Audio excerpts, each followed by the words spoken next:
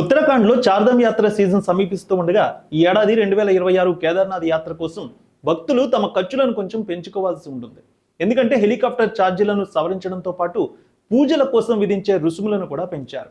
అయితే ఊరట కలిగించే విషయం ఏంటంటే ఇక్కడ సాధారణ దర్శనం మునుపటిలాగానే పూర్తిగా ఉచితంగా కల్పిస్తారు. ఇక హెలికాప్టర్ సేవల కోసం కొత్త టెండర్ ప్రక్రియను అమలు చేశారు. దీని కింద మొత్తం 8 హెలికాప్టర్ ఆపరేటర్లు సేవలు అందిస్తారు. మార్గాన్ని బట్టి 2 ఆపరేటర్లు గుప్తకాశీ నుంచి, 4 పాటా నుంచి, 2 సిర్సి నుంచి విమానాలను నడుపుతారు.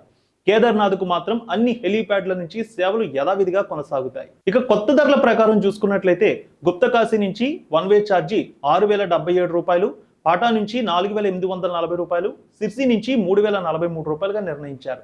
జిఎస్టీ, బుకింగ్ ఫీజులు విడిగా ఉంటాయనే విషయాన్ని తెలియజేశారు. దీనివల్ల మొత్తం ఖర్చు మరింత పెరుగుతుందనేది భక్తులు గుర్తుంచుకోవాలి.